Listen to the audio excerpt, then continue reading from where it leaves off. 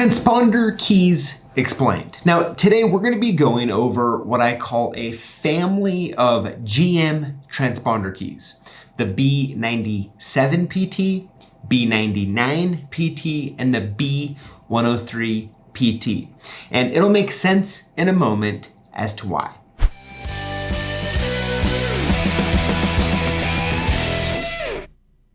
So GM used these three transponder keys from around 1997 all the way up to right around 2009. Now, of course, the B111 PT was introduced before that, as well as a couple others. But throughout those years, a little over a decade, one, if not all three of these keys were used. Now let's talk about why I've decided to talk about three keys in just one video.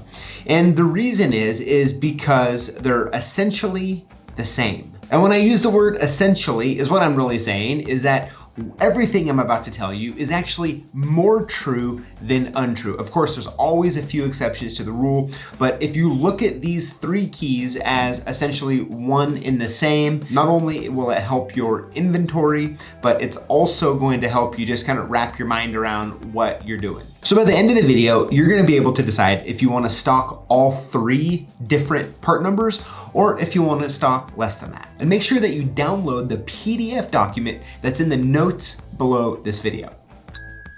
All three of these keys use the same chip, and it's the Magamos 13. Now this is a fixed code chip, so it's going to be reusable. And the Magamos 13 chip is very, very simple, which is nice because, well, it's easier to work with. Now let's talk about the test key. You can actually just use one test key for all three of these transponder keys, and that is the B86 key. Knowing that you can take out a chip out of an existing key, put it in a new shell, and reprogram it if needed. Well, it's really, really handy to have some chipless keys available. So in the PDF document below this video, I'm gonna list all three of them for you. But I really wanna get at my main point here, okay? So you can stock all three different ones. By now you know how similar they are. But when I pop up all three on the screen here, you're gonna see that the B97 and the B103 look pretty similar. And then the B99 has a much larger head, okay? And is what I have found, and I'm just gonna be talking about personal experience here, you can use the B103 PT key in place of the other two. Now, I have never had a problem with this, and I know many others that use that key as well, the B103 in place of the B97 and the B99. However, I do want to point out that there is a possibility due to the blade length differences between the keys that you could find yourself in a situation where one of them may not work. Now, I have not experienced it, but it is very important for me to, if I'm telling you, you can only use one, to talk about the downsides of it, okay? So that's something from experience that I have used and that I think you might find beneficial. Now let's talk about the code series. So there's actually quite a few code series that are used with these keys, and I have them listed in the PDF. You can check them out. But let's get into another really important point, and that is how to cut these keys. How do you duplicate them? Now, this GM 10 cut key, a lot of times it's called, can give a lot of people a lot of grief. So I'm gonna do two things. The first is I'm gonna go ahead and grab this key machine, and I'll put the camera on top, and we're gonna cut a key together.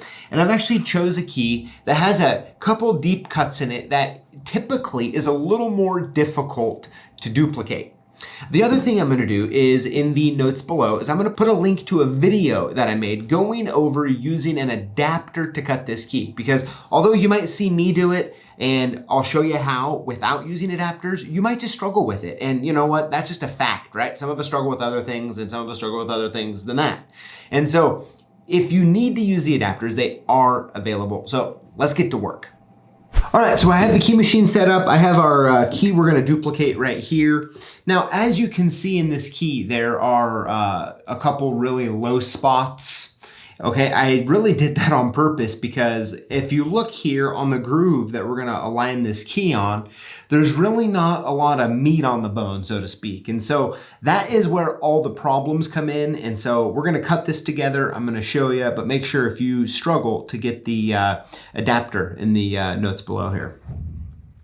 So let's go ahead and get to cutting. I like to put these on a jaw, so I'm gonna go ahead and move these around really quick. All right. And that is what I'm going to do. All right, so just a quick tip, okay? A lot of times when you put this key in, you're gonna put it like this, tip stop it, and you're gonna go there. The reason I do not like to do that is because you don't have a lot of grip, okay? So if you look right here, it's kind of right towards the end of this cut. I want to get all this extra meat over here to clamp the key with, because that's really going to make sure it stabilizes it. So if I don't do that, I have the higher risk of having this thing pop out, have problems. Okay, so what I'm going to do, I'm going to go and put the key in like this. I'm just going to put my tip stop at the end. Now, of course, this is one of those times where you wish you had, 3 or 4 more hands, but we're going to clamp that down like that. As you can see, that's going to be really nice, just like that. So now we're just going to do the same thing over here, and we're ready to get to cutting. So I'm going to turn this on, and what I'm going to do, let's see, the camera can see it good, there we go, is I'm just going to slowly shave across. I'm not going to get after these big cuts on the first pass, okay? I'm gonna get it shaved down there. Then I'm gonna hit these.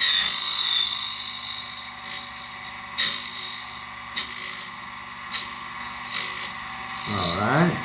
I'm gonna just come back, make sure everything's good. All right, one side's done.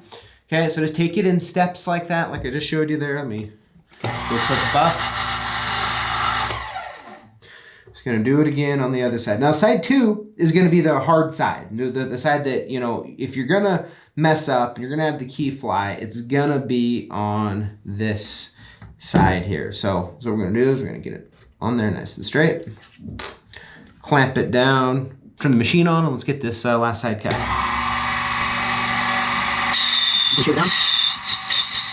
Push it.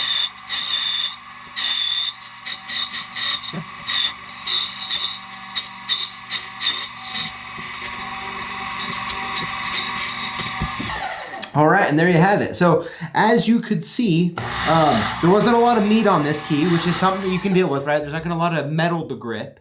At the same time, we were able to get it done by just using the standard A jaw. And by using the standard A jaw to cut this key, it's really proving the point that any key machine, a 4-way jaw or a 2-way jaw machine, on side A or 1, you can duplicate it just like this.